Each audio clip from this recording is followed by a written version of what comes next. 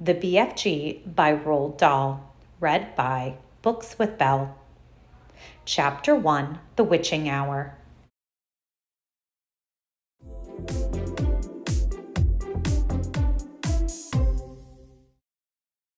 Sophie couldn't sleep. A brilliant moonbeam was slanting through a gap in the curtains. It was shining right on her pillow. The other children in the dormitory had been asleep for hours. Sophie closed her eyes and lay quite still. She tried very hard to doze off. It was no good. The moonbeam was like a silver blade slicing through the room onto her face. The house was absolutely silent. No voices came up from downstairs. There were no footsteps on the floor above either. The window behind the curtain was wide open, but nobody was walking on the pavement outside. No cars went by on the street. Not the tiniest sound could be heard anywhere. Sophie had never known such a silence. Perhaps, she told herself, this was what they called the witching hour. The witching hour, somebody had once whispered to her, was a special moment in the middle of the night when every child and every grown-up was in a deep, deep sleep, and all the dark things came out from hiding and had the world to themselves.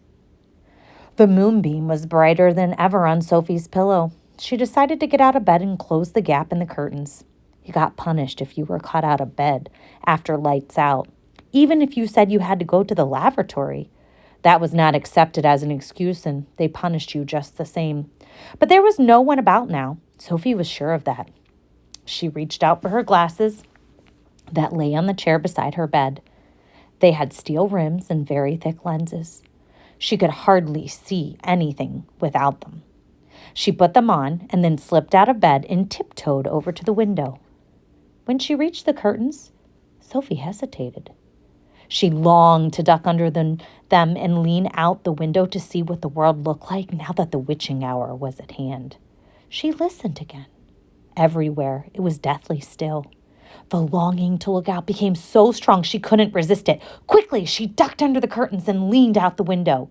In the silvery moonlight, the village street she knew so well seemed completely different.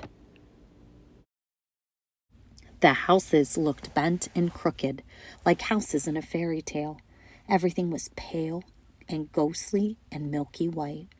Across the road, she could see Mrs. Rance's shop, where you bought buttons and wool and bits of elastic. It didn't look real.